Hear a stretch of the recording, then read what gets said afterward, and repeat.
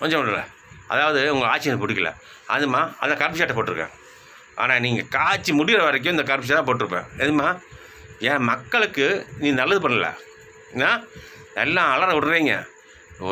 ஒரு பக்கம் வீட்டை உடைக்கிறீங்க, என்ன ஒரு பக்கம் மக்களை அலற விடுறீங்க, ஒரு பக்கம் லேடிஸை வந்து கருப்பளிக்கிறாங்க.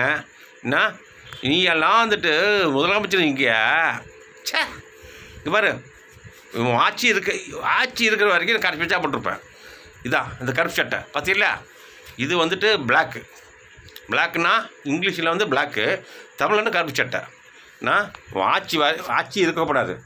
இதோ ஒரு ஆள் ஆட்சி நடத்த தெரியல, நான் உன் பொண்டாட்டிக்கு பயப்படுற, உன் மருமனுக்கு பயப்படுற, உன் பையனுக்கு பயப்படுற. நான் நீ என்ன ஆட்சி நடக்கிற, என்ன ஆட்சி நடத்துகிற? முக ஸ்டாலின் சொல்கிறாங்களே எல்லாத்துக்கும் பயப்படுற.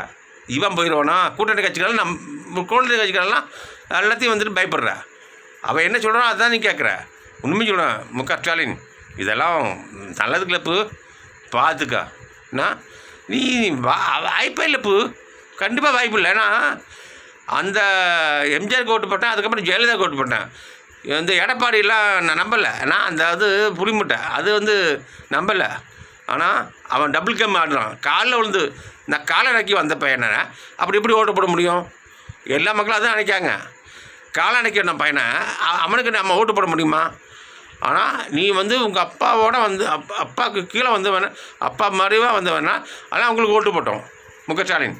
ஆகையால் இனிமேல் அவனுக்கு ஓட்டு கிடையாது. சத்தியமாக சொல்கிறேன், நான் மட்டும் இல்லை, தமிழ்நாட்டு மக்களும் ஓட்டு போட மாட்டாங்க. திராவிட திருட்டுக்காக திருட்டு ஆச்சா, அது விளையாடல. திராவிட தமிழ்நாடு தான் எனக்கு வேணும். தமிழ்நாடு இதுதான் திராவிட கழகம் கிடையாது. தமிழ்நாடு தான் கழகம். தமிழ்நாட்டு கழகம் தான் நமக்கு தேவை. திராவிடம் தேவையில்லை. ஆனால் இந்து, முஸ்லீம், கிறிஸ்டியன் இதுதான் முக்கியம். சிவன், பெருமாள், ஆஞ்சநேயர், ஓகேவா? இது முக்கியம். அதே சமயம் இதெல்லாம் சொன்னால் அவனுக்கு புரியுமாவே? புரியாது. நீ காசு சம்பாதிக்கணும், இதை மாதிரி சம்பாதிப்ப, அது தேவையில்லாத விஷயம். ஆனால் பேச முடியல ரொம்ப. சரி விடுங்க, பார்த்துட்டு நாளைக்கு.